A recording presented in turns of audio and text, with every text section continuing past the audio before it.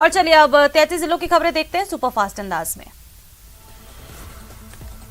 राजस्थान में राहुल गांधी की भारत जोड़ो यात्रा का आज दूसरा दिन है। दोपहर बाद यात्रा झालावाड़ से कोटा जिले में एंट्री करेगी। यात्रा में आज करीब 22 किलोमीटर का सफर तय किया जाएगा। अगले 4 दिन तक की यात्रा कोटा जिले में रहेगी। हालांकि 9 दिसंबर को यात्रा का ब्रेक रहेगा। वहीं आज की यात्रा में भी मुख्यमंत्री अशोक गहलोत, पूर्व उप मुख्यमंत्री सचिन पायलट, कांग्रेस के प्रदेश अध्यक्ष गोविंद सिंह डोटासरा मौजूद हैं। इनके अलावा कई मंत्री और विधायक भी राहुल गांधी के साथ इस यात्रा में चल रहे हैं। जयपुर जिला कलेक्ट्रेट में सोमवार को 49 वर्षीय गायत्री की आंखें उस वक्त छलक आईं जब कई सालों के इंतजार के बाद उन्हें भारतीय नागरिकता का प्रमाण पत्र प्राप्त हुआ।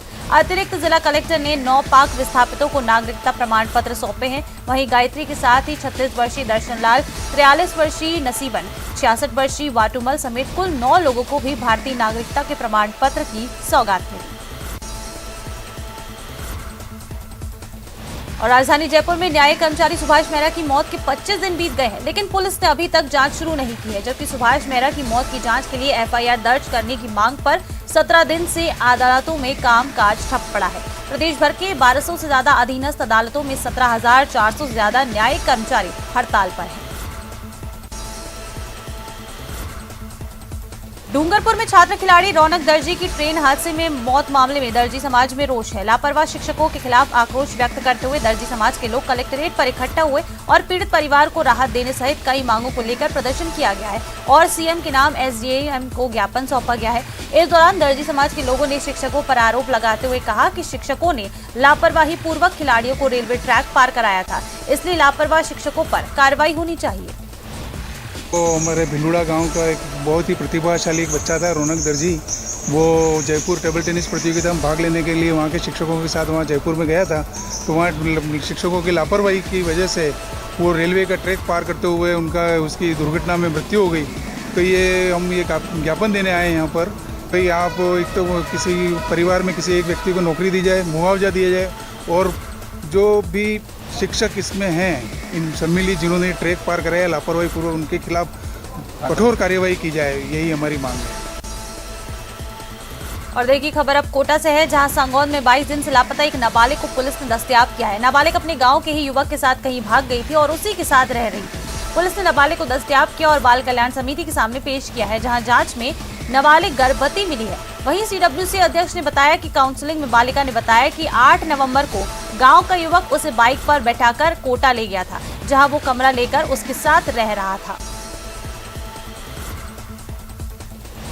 कोटा ग्रामीण के खानपुर थाना क्षेत्र से मेरे समक्ष प्रस्तुत की गई, जिसे राजकीय बालिका गृह में नानता में अस्थायी आश्रय दिया गया है।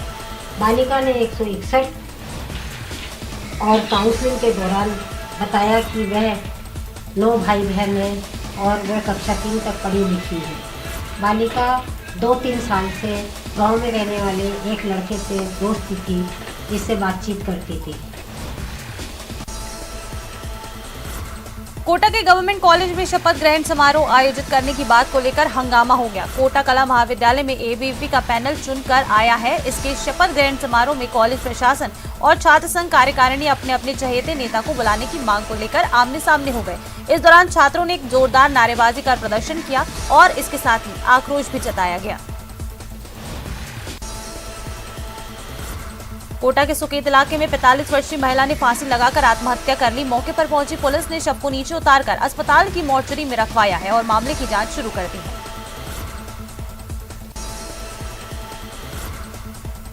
विप्र सेना अजमेर की ओर से जेएनयू कैंपस में समाज विशेष के विरुद्ध दीवारों पर स्लोगन लिखने और उन्हें अपमानित करने के मामले में ज्ञापन सौंपा गया। विप्र सेना ने मामले में जल्द से जल्द जेएनयू में स्लोगन लिखने वाले लोगों को चिन्हित कर उन पर कार्रवाई की मांग की। लोगों को भी संज्ञान में होगा कि दिल्ली के अंदर जेएनयू विश्वविद्यालय है, उसके अंदर दीवारों के ऊपर देश के एकता को तोड़ने वाले, चाहे उनको आतंकवादी खेलो चाहे वामपंथी खेलो, ऐसे अज्ञात लोगों के द्वारा ब्राह्मण भारत छोड़ो बनिए भारत छोड़ो जैसे शब्द वहाँ पे लिखे गए, जिसको लेकर के ब्राह्मण समाज में रोष व्याप्त है। और ब्राह्मण से वो कह रहे हैं कि आप भारत देश छोड़ के जाइए। हम उनसे ये पूछना चाहते हैं कि आपने ऐसा क्या किया है जो आप इस देश के अंदर रहना चाहते हो। भरतपुर में विधायक वाजिब अली ने मानवता दिखाते हुए सड़क दुर्घटना में घायल लोगों को अपनी गाड़ी में नगर अस्पताल पहुंचाया। विधायक वाजिब अली एक कार्यक्रम में शामिल होने झितेरड़ी गांव जा रहे थे। विधायक घायलों को अस्पताल पहुंचाकर कार्यक्रम के लिए रवाना हुए। सूचना मिलते ही पुलिस मौके पर पहुंची। घटना नगर सीकरी रोड स्थित चिरावल माली गांव के पास की बताई जा रही है।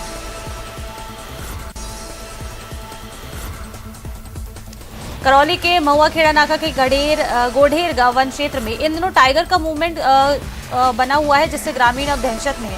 क्षेत्र से वन विभाग के अधिकारियों को टाइगर के पगमार्क मिले हैं, जिससे टाइगर T132 होने की पुष्टि हुई है। टाइगर ने क्षेत्र में एक गाय को भी अपना शिकार बनाया है। वन विभाग की टीम क्षेत्र में लगातार टाइगर की सर्चिंग में जुटी हुई है। वहीं सोमवार को टीम ने महुआखेड़ा क्षेत्र गौशाला के आसपास ट्रैकिंग की। वन विभाग के अधिकारी लोगों से सचेत रहने की भी अपील कर रहे हैं।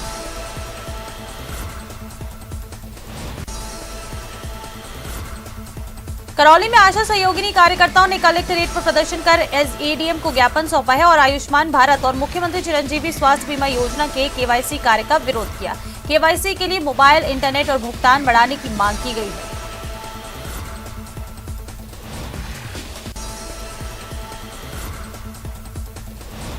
अलवर जिले के प्याज का डंका देश के अलावा विदेशों में भी बज रहा है। अब अलवर की कपास भी विदेशों तक सप्लाई की जा रही है। विदेशों में भी कपास की डिमांड होने के कारण इस बार कपास के भाव में तेजी है और अलवर के किसानों को इसमें काफी फायदा साबित हो रहा है। अलवर के कपास की डिमांड अमेरिका, चाइना और यूरोपीय देशों सहित कई देशों में होने के कारण कपास में तेजी है। इस साल आमद करीबन 2000 पोट के आसपास आ रही है, जो कि नीचे में तो 7800 रुपये, ऊपर में 8800 रुपये कपास बिक्री है। पिछली साल बाजार ऊपर में 8000 के आसपास से था। इस बार करीबन 500 से 1000 रुपये की तेजी है। आज अभी करीबन 1800 से 2000 फुट के आसपास तो इस टाइम है और भी बढ़ने की संभावना है। तो कितनी बोई थी आपने?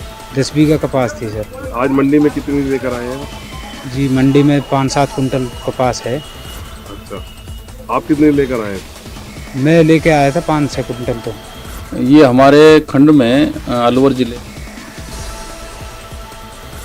और देखिए, लोकसभा अध्यक्ष ओम बिरला अम्बेडकर के महापरिनिर्वाण दिवस पर कार्यक्रम में पहुंचे हैं।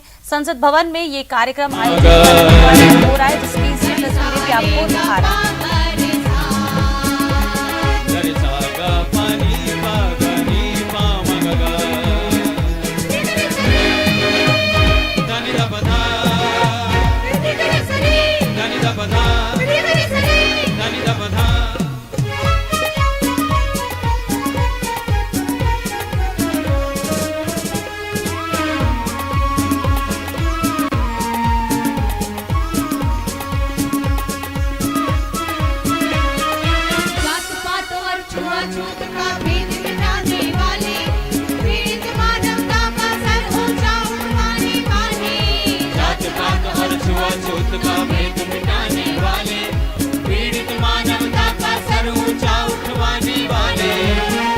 शिक्षा का सब में फैले ये मंत्र बताया, मानव को सच्चा मानव तुमने बनना सिखलाया, तुमने बनना सिखलाया, तुमने बनना सिखलाया। बाबा साहेब, बाबा साहेब, बाबा साहेब, बाबा साहेब।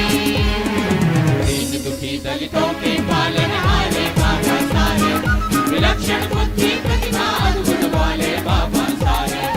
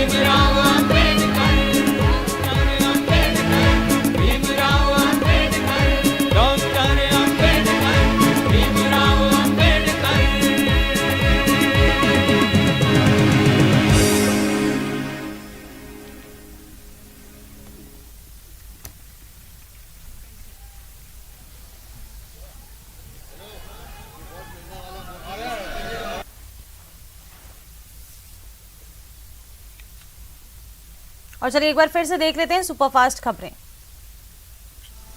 दौसा के कलेक्ट्रेट सभागार में आवश्यक सेवाओं से जुड़े अधिकारियों की बैठक का आयोजन किया गया। ये बैठक जिला कलेक्टर कमर उल जमान चौधरी ने ली। इस बैठक के दौरान मुख्यमंत्री संपर्क पोर्टल पर दर्ज मामलों को लेकर चर्चा की गई और इन मामलों का त्वरित विस्तारण के भी निर्देश दिए गए। दौसा कलेक्ट्रेट पर करतार सिंह गुर्जर की मौत मामले में गुर्जर समाज के युवाओं ने प्रदर्शन किया और पुलिस के खिलाफ जमकर नारेबाजी की। इस दौरान युवाओं ने एसपी को ज्ञापन देकर पूरे मामले में निष्पक्ष और त्वरित कार्रवाई की मांग की है। बालाजी के मंदिर में जो खान बांकरी स्थित है वहाँ गया था पूजा अर्चना के लिए। फिर साथ में उनका जो सीसीटीवी कैमरे में जो रिपोर्ट आई है उस रिपोर्ट के अंदर साफ जाहिर है कि साथ में 3-4 व्यक्ति थे जो साथ में गए थे। आते वक्त वो अकेला आया वहाँ से। वो उनकी रिपोर्ट में कहा गया, उन जो पुलिस रिपोर्ट हुई थी उसके अंदर कहा गया था कि वो ऊपर से फिसलने के कारण नीचे डूंगर से गिर के मरा। दौसा के पंडित नवल किशोर शर्मा पीजी कॉलेज में छात्रों के 2 गुट आमने सामने हो गए और जमकर मारपीट की गई। दरअसल पीजी कॉलेज में शनिवार को एक छात्र के साथ मारपीट की घटना हुई थी। इस मामले को लेकर पुलिस ने दोनों ही पक्षों के छात्र नेताओं को बुलाकर समझाइश की। कॉलेज में पिछले कुछ दिनों से भारी छात्र आते हैं और रेगुलर छात्रों के साथ छात्राओं के साथ मारपीट करते हैं। पिछले 3-4 दिन पहले एक छात्रा के साथ मारपीट की और अभी एक लड़के के साथ मारपीट की। रोज़ आए दिन ये घटना हो रही है। कॉलेज प्रशासन से बातें बोलते हैं हम तो सुनते नहीं है, ना उनके खिलाफ कोई एक्शन लेते हैं। भारी छात्र अंदर घुसते हैं और जो पढ़ाई का माहौल है उसको ख़राब करते हैं। विश्व मृदा दिवस के मौके पर दौसा के कृषि विज्ञान केंद्र में जागरूकता गोष्ठी का आयोजन किया गया। इस जागरूकता गोष्ठी में कृषि विभाग, जल ग्रहण विकास और भू संरक्षण विभाग के अधिकारी मौजूद रहे। इस दौरान मृदा की गुणवत्ता और जरूरी रसायनों पर फोकस किया गया। विश्व मृदा दिवस का आयोजन कृषि विज्ञान केंद्र में कृषि विभाग, वाटरशेड एवं कृषि विज्ञान केंद्र के संयुक्त तत्वाधान में आयोजित किया जा रहा है, जिसमें जिले के किसान भाइयों को मिट्टी परीक्षण, मृदा नमूना संग्रहण करना एवं मृदा स्वास्थ्य कार्ड की सिफारिश के अनुसार खाद एवं उर्वरकों का प्रयोग करने की सलाह दी जा रही है। इस आयोजन पर जिले के सभी किसान भाइयों से हमारा निवेदन है कि आप मिट्टी की जांच अवश्य कराएं और मिट्टी की जांच रिपोर्ट के आधार पर ही फसलों में खाद एवं उर्वरकों का संतुलित प्रयोग करें। जयपुर में न्यायिक अधिकारी के घर संदिग्ध अवस्था में मृत मिले न्याय कर्मचारी के परिजनों को इंसाफ दिलाने की मांग को लेकर बारां में भी न्यायिक कर्मचारी छठे दिन भी हड़ताल पर रहे। जयपुर में न्यायिक अधिकारी के घर पर न्यायिक कर्मचारी मनीष मेहरा का शव मृत अवस्था में पड़ा मिला था। मामले में पुलिस ने कोई एफआईआर दर्ज नहीं की, जिससे न्यायिक कर्मचारियों में गुस्सा व्याप्त है। कृष्ण स्वरूप चालाना साहब, उनकी 3री मंजिल पर हमारा एक चतुर्थ श्रेणी कर्मचारी मृत पाया गया संदिग्ध अवस्था में। तब से लेकर हम आंदोलन कर रहे हैं। उसकी मृत्यु हुई थी 9 और 10 की नाइट को। 9 और 10 की नाइट को जब उसकी मृत्यु हुई, उसके बाद में देखा कि उसकी पेट की आंतड़ियाँ बाहर आई हुई है, उसकी नस कटी हुई है। तो ये जो मामला था वो उन्होंने कहा कि उसने आत्महत्या कर ली, पर सब लोगों ने जब ये देखा तो हमें लगा कि ये संदिग्ध अवस्था में उसकी मृत्यु हुई है। इसलिए ये मांग की जा रही है कि भाई इसकी सीबीआई जाँच हो। बारां में वन विभाग ने वन भूमि पर अतिक्रमण कर बोई गई सरसों की फसल को नष्ट किया है। कस्बा थाना की वन विभाग की टीम ने मौके पर पहुंचकर ट्रैक्टरों से बोई फसल को नष्ट किया, साथ ही 100 मीटर की तार फेंसिंग भी जब्त की है। भारत जोड़ो यात्रा को बूंदी जिले में सफल बनाने के लिए कांग्रेस कार्यकर्ता से लेकर अधिकारी जुटे हुए हैं। लिहाजा जिला कलेक्टर ने गुड़ली से आजाद नगर तक 51 किलोमीटर का सफर तय करने वाली यात्रा के रूट का निरीक्षण किया।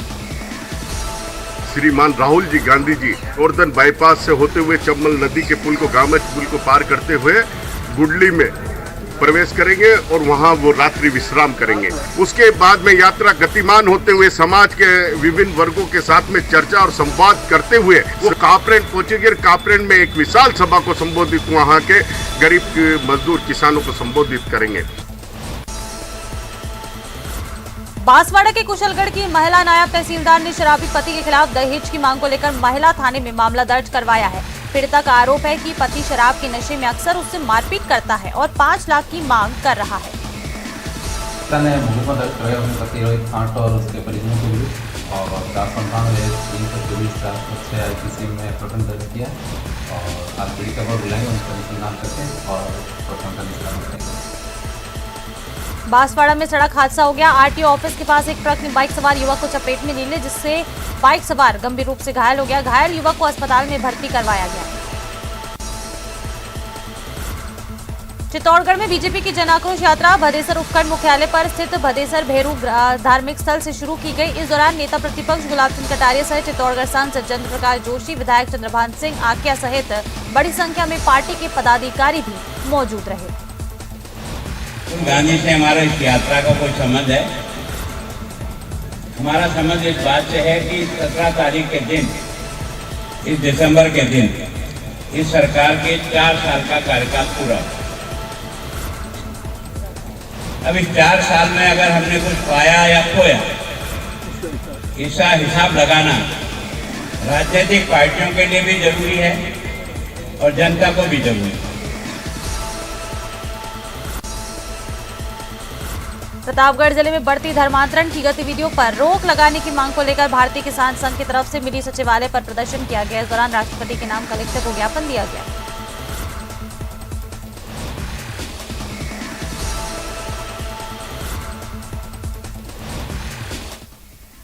और चलिए खबरों में आगे बढ़ते